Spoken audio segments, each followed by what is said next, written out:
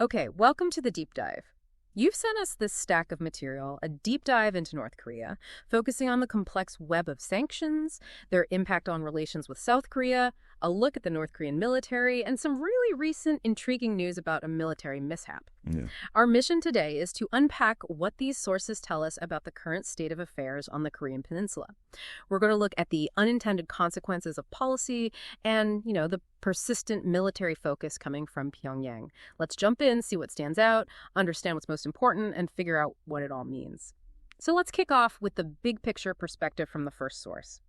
It lays out that the North Korean nuclear situation has been unresolved since, way back in 1993. Right, a long time. And it's not for lack of trying, right? The source lists multiple agreements over the years, the Geneva Agreed Framework in 94, the Six-Party Talks Statement in 2003, even the Singapore Declaration between President Trump and Chairman Kim Jong Un in 2018. What's remarkable, though, looking at the sources, is the consistency of the pattern. Despite every one of those diplomatic pushes, North Korea has, steadily continued its nuclear and ballistic missile tests. And the international community's primary tool in response, sanctions, applied by both the United Nations and individual countries. The core argument this source makes is that these sanctions haven't actually managed to compel North Korea to change its fundamental behavior. Right. They haven't stopped the provocative action. Exactly. The sources suggest they've inadvertently created this kind of vicious cycle. Provocations lead to sanctions, which then seem to fuel more escalation, not less. This really raises a question about their effectiveness in achieving that stated goal of, behavioral change. Okay, so if the goal is to change behavior and curb provocations, and the sources say that hasn't happened, what have these sanctions done? Because this source argues they've caused significant unintended collateral damage. They really have. Beyond the major humanitarian challenges within North Korea itself, which the sources touch on, the impact on inter-Korean relations has been profound. Profound how? It's really dimmed the prospects for peace and stability on the peninsula. Even the Moon Jae-in government's ambitious peace initiative, which specifically aimed to build peace through robust economic exchanges and cooperation, according to the sources, ultimately fell victim to the layering of international and South Korean sanctions. Fell victim. Okay, let's drill down into those layers of sanctions the sources describe. We learn North Korea has faced some of the harshest external sanctions any country has seen. The UN Security Council, UNSC, has adopted 10 resolutions since 2006 alone. And the focus evolved over time. Initially, say from 2006 to 2015, it was mainly targeted at weapons of mass destruction, WMD-related technology, and financial assets. Pretty specific. Right. But after the January 2016 nuclear test, things shifted dramatically. Sanctions became much more comprehensive, banning key exports like minerals, coal, and iron ore, big income sources. Then, after more nuclear and ICBM tests in 2016 and 2017, the UNSC sanctions really intensified. They went way beyond WMD and conventional weapons, starting to target, virtually every part of the North Korean economy trade, joint ventures, banking, cargo traffic, even luxury goods. Yeah, and here's where the detail in the source is pretty striking. Following an ICBM test in November 2017, UNSC Resolution 2397, that's 2397, drastically limited refined petroleum exports to just 500,000 barrels per year. Wait, 500,000 barrels? For an entire country? Yeah. For a year? Yeah. To put that in perspective, the source notes South Korea's daily consumption is around 2 million barrels. Daily versus yearly. That is an absolutely stark contrast. It really highlights the severity of the economic chokehold being described. The sanctions also banned North Korea's imports of vital items like food, agricultural products, machinery, electronic equipment, construction materials, ships. The list goes on. So the overall result, as painted by the sources, was that the North Korean economy became almost totally isolated. And crucially, this significantly hurt the daily livelihood of ordinary citizens. And South Korea added its own layers on top. While complying with UN and U.S. measures, Seoul also imposed unilateral sanctions. For instance, the Lee Myung-bak government shut down the Mount Kumgang tourist project back in 2008 after a South Korean tourist was shot there. I remember that. Then, even more significantly, after the Cheonan frigate sinking in 2010, they announced the May 24th measures, which banned pretty much all trade, investments, and most exchanges. They made an exception only for the Kaesong industrial complex for a while. Right, Kaesong kept going for a bit. But then, after the January 2016 nuclear test, the Park Geun-hye government closed even Kaesong. That was it. The sources describe this as completely suspending inter-Korean exchanges and cooperation at that point. And it's interesting because even when the Moon government came in advocating for engagement starting in 2017, the wall of existing sanctions, according to the sources, essentially left no practical room for meaningful interaction or implementing their vision. The structure was already too restrictive. So let's really hone in on what this level of sanction pressure meant specifically for inter-Korean relations. The sources don't pull punches, saying the impact has been wide, deep, and devastating. You see it immediately in the trade numbers. Despite those earlier May 24th measures, inter-Korean trade actually peaked at $2.7 billion in 2015, largely thanks to the Kaesong complex operating. Okay. But once Kaesong closed and the UN bans hit North Korean exports hard, the sources show it just plummeted, down to $1 million in 2017, and currently, well, effectively nil, zero. And investments. The sources call it a graveyard for South Korean companies. What was once seen as this promising blue ocean opportunity, just gone. Yeah, companies that had invested, like Andong Hemp after that 2007 summit, reportedly went bankrupt, specifically because sanctions made their operations impossible. Wow.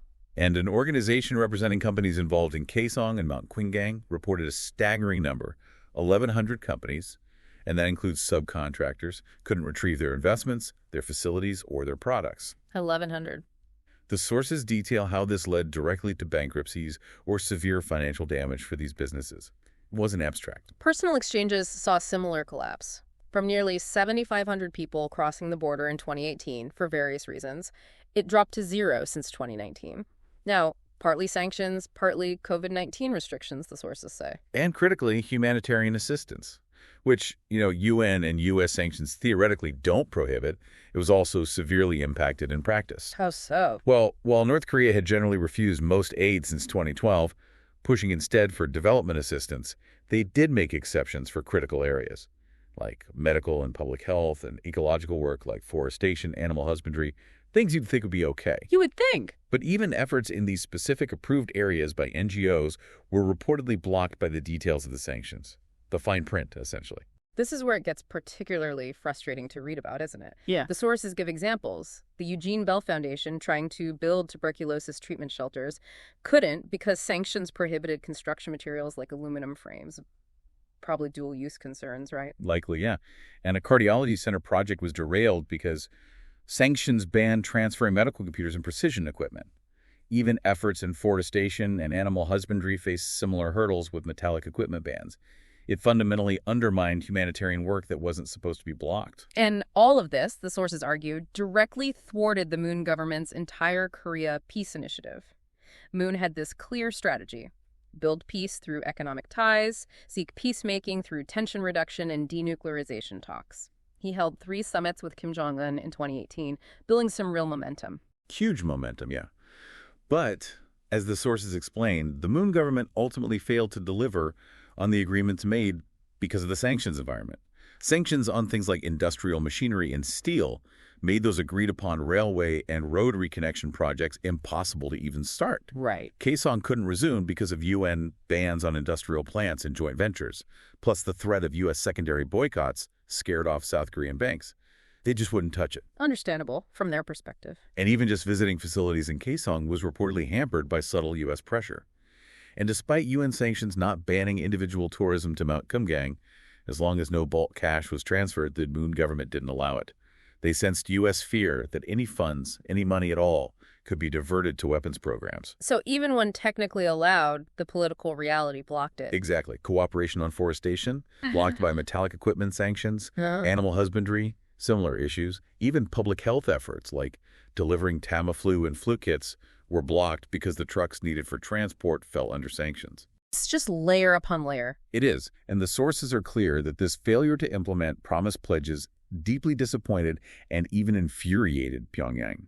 It severely damaged the fragile trust built during those 2018 summits. You can see why. Kim Jong Un specifically mentioned wanting to resume Kaesong and Mount Qingang in his 2019 New Year's speech. That was his wish list. None of those items materialized. And you see the fallout in subsequent actions. Kim Yo-jong's June 2020 statement, Kim Jong-un's sister, although outwardly focused on defectors' balloons, was widely interpreted as this visceral expression of anger over those failed pledges. Right. She condemned the Moon government, declared relations hostile, threatened to retake the Kaesong and Qingang sites, and then North Korea publicly demolished the Kaesong liaison office shortly after that, A very symbolic act. Very. The sources highlight that Pyongyang had offered unprecedented welcome in 2018, genuinely hoping Seoul could help relax sanctions. Instead, sanctions devastated both the potential for economic exchange and the peacemaking efforts. It hit both tracks. Okay, so moving to the current Yoon Suk-yeol government, which came in back in May 2022, the sources note that relations have gone from, well, bad to worse. The Yoon government's policy is often described as the 3 Ds: deterrence, dissuasion, and dialogue, though the emphasis has clearly been on the first two. Deterrence and dissuasion. Seems that way. It operates under the assumption that provocation is a criminal act requiring punishment, and that pressure will eventually lead North Korea, weakened by sanctions, to surrender. Under this policy, the Yoon government has indeed intensified its own unilateral sanctions. As of November 2024, they targeted 96 individuals and 60 organizations linked to WMD programs and illicit activities like cyber hacking and money laundering. Okay. However, the sources point out these have had very limited practical effect on inter-Korean relations. Simply because those relations were already completely suspended, there wasn't much left to sanction, in a way. Right, the baseline was already near zero, and North Korea's response has been equally, if not more, rigid. Kim Jong Un formally declared relations between the two hostile states, explicitly abandoning the long-standing idea of a special relationship between North and South. That was a big shift in rhetoric. He designated South Korea as the main enemy. Exchanges stopped entirely. And military interactions have become notably more hostile, with North Korea explicitly testing artillery and missiles in response to ROK U.S. Republic of Korea and United States joint military exercises, tit for tat. A critical missing piece here, according to the sources, is the absence of back-channel diplomacy. These informal channels, often involving intelligence agencies like South Korea's NIS and North Korea's Department of United Front, or even NGOs, they were historically crucial for breakthroughs. They arranged major agreements, even summits in the past. Exactly. But the Yoon government has stated it won't rely on these back channels. And compounding that, the sources report that Kim Jong Un himself ordered the elimination or reorganization of the WPK agencies responsible for exchange and cooperation with the South back in December 2023. So closing doors on both sides. Pretty much. North Korea has also reportedly refused to meet with NGOs involved in humanitarian work since December 2019. So the prospects for any informal back-channel contact seem extremely dim right now. Yeah. And while the sources acknowledge that Yoon's specific sanctions aren't the sole factor in the current dismal state of relations, they certainly reinforce Pyongyang's perception of Seoul's hostile intent, without, it seems, actually altering North Korean behavior. So the outcome is rising military tensions, deepening distrust. It naturally causes significant public concern about the Korean peninsula becoming a flashpoint again. And connecting this to the wider geopolitical picture, the sources bring in the new dynamic of the DPRK-Russian connection, particularly since the war in Ukraine. Right. The Democratic People's Republic of Korea, North Korea, has seen Russia become a much more critical actor for them. The sources suggest Russia is creating new holes in the existing sanction regime and acting as a worrisome spoiler. Despite statements from Putin. Well, despite statements from Putin after his September 2023 summit with Kim Jong Un, where he reportedly said Russia would comply with international obligations and cooperate within international rules. The sources argue this relationship fundamentally raises an important question about the long-term effectiveness and integrity of the current sanction regime moving forward. How solid is it if Russia is providing workarounds? That's a huge question. Okay, that gives us a really comprehensive look at the sanctions and inter-Korean side. Let's shift gears and dig into the North Korean military itself, drawing from the other sources you shared. The Korean People's Army, or KPA. Right. It's essentially the combined military force and the armed wing of the ruling Workers' Party of Korea, the WPK. It's a massive organization. Ground force, naval force, air force, strategic force, and special operations forces. And it's all commanded by the WPK Central Military Commission and the State Affairs Commission, both chaired directly by Kim Jong Un himself. Tight control. And the sources highlight the Songun policy military first, which really elevates the KPA to this primary, almost sacred position in government and society. It permeates everything. The KPA has a massive active and reserve personnel size, and the sources estimate its budget was around $4 billion back in 2019. That makes up between 1/4 and 1/3 of all North Korean government spending. A huge chunk. It's clearly a central pillar of the state. And within that structure, the strategic force controls North Korea's strategic missiles, both nuclear capable and conventional. The sources show a long history of missile testing going back to 1984, but there's been this dramatic acceleration under Kim Jong Un. Oh, yeah, absolutely. As of April 2023, the sources put his tally at 129 tests, compared to just 15 under his grandfather, Kim Il-sung, and 16 under his father, Kim Jong Un. 129 versus 15 and 16. That's a stark difference in pace. A huge increase. And they've tested pretty much everything, from short-range rockets to intercontinental ballistic missiles, ICBMs.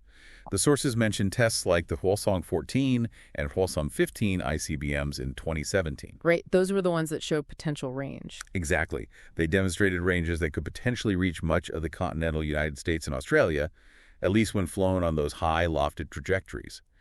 Although crucial technical details like warhead weight and successful re-entry were uncertain or reportedly failed in some instances, still, the range capability was alarming. And they've also flown missiles directly over Japan in 2017 and 2022. Provocative. Highly provocative.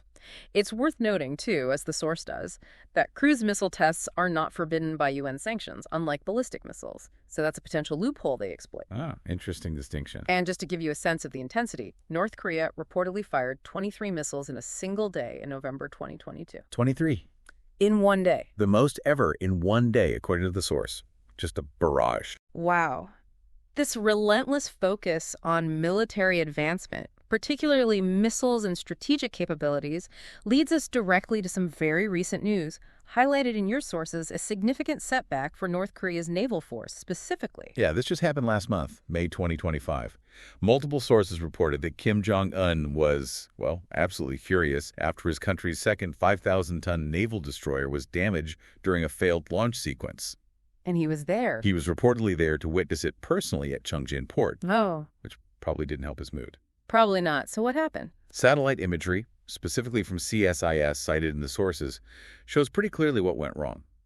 During the launch from the slipway, the stern of the ship swung out into the harbor while the bow remained stuck on the land portion. Oh, dear. Apparently, the wheeled units under the supporting frame slid into the water, causing the ship to become unbalanced and get punctured. A major failure during a critical moment. What's really unusual here, though, isn't just the failure itself, but North Korea's public acknowledgement of this catastrophic mishap. Right, that's the surprising part. While state media reportedly downplayed the extent of the damage, calling it not serious, the fact they mentioned it at all suggests Kim views naval modernization as such a high-stakes, critical priority that even an embarrassing failure can't be completely hidden if it impacts the overall narrative of military progress. He's pushing for bigger warships explicitly to counter what he terms escalating U.S.-led threats. So maybe acknowledging a problem shows resolve to fix it. Could be. And Kim's reaction, according to state media cited in the sources, was explosive. He vented fury at military and other officials right there and vowed to arrest those responsible, calling the accident an unpardonable criminal act. Strong words. Very. The sources named the manager of the Chongjin shipyard, Hong Kil-ho, as reportedly being summoned for investigation and detention. Someone's head was going to roll, it seems. This incident, while clearly a failure for North Korea, offers us this rare, specific window into two things. Both their naval ambitions, which are clearly significant, and their ongoing technological limitations. It's troubling for regional security because it underscores that their strategic calculus definitely includes building up this type of naval power, even when they face very evident technical and practical challenges in doing so. They're still pushing ahead. Absolutely. Now, bringing things back around and looking back at the sanctions source we started with, it does offer a few ideas for how the current stalemate and, well, the devastating impact of sanctions might be approached differently. It suggests some potential viable starters for negotiation. Okay, like what? Well, one idea floated is for a future U.S. administration to explicitly soften its approach, maybe by suspending RK-U.S. joint military exercises or the forward deployment of strategic weapons, at least as a potential confidence-building measure to kick things off. Right, a gesture. Another idea is flipping the script on diplomatic normalization. Instead of requiring denuclearization first, which has been the sticking point, place diplomatic normalization at the entrance to nuclear talks. Use it as leverage or an incentive to get North Korea to the table for substantive discussions in the first place. Interesting. Get recognition first, then talk substance. What else? Or maybe a snapback approach. Offer partial sanction relief up front in return for concrete, verifiable North Korean steps toward denuclearization. But, crucially, with the clear understanding that the relief would snap back into place if they don't follow through or cheat. So, conditional relief. Exactly. These are difficult propositions, of course, especially given the breakdown in trust and the hardening of positions on both sides that the sources describe so vividly. But the sources present them as potential ways out of the current cycle, maybe worth considering. So bringing it all together from this deep dive, we've explored the incredibly dense layers of international and South Korean sanctions and how the sources argue they've had this devastating impact on inter-Korean economic, humanitarian, and personal exchanges. Yeah, just crippling. We've seen how this environment effectively thwarted peace initiatives under the Moon government and contributed to worsening relations under the current South Korean government, pushing ties to a state of open hostility. And in parallel, we've seen how North Korea continues its relentless military buildup, especially its missile program. Arguably, despite or perhaps even because of this pressure, it hasn't stopped them. No. And we got that recent specific glimpse into their naval ambitions and technical struggles through the publicly acknowledged failed destroyer launch, which revealed Kim Jong Un's personal investment and considerable fury. What emerges is this really complex, challenging picture. The sources suggest sanctions haven't achieved their primary goal of changing North Korea's core behavior or stopping its military path. Right. Instead, they've caused significant collateral damage, leading to a near-total breakdown in dialogue and dramatically rising tensions on the peninsula. And this is possibly made even more complicated by new dynamics, like the relationship with Russia providing potential lifelines. Okay, so based on everything we've just unpacked for you from these sources, here's something to consider. Given the profound impact sanctions have had on things like humanitarian aid and the complete collapse of inter-Korean cooperation, and considering how North Korea seemingly views its military strength as absolutely essential against perceived threats, how might the international community find a path forward? A path that truly balances pressure with genuine opportunities for de-escalation or engagement? It's the key question, isn't it? How do you do that? How do you find a path that aims to address the underlying tensions in a fundamental way, rather than just potentially compounding the collateral damage we've seen described so clearly in these materials? Something for you to think about.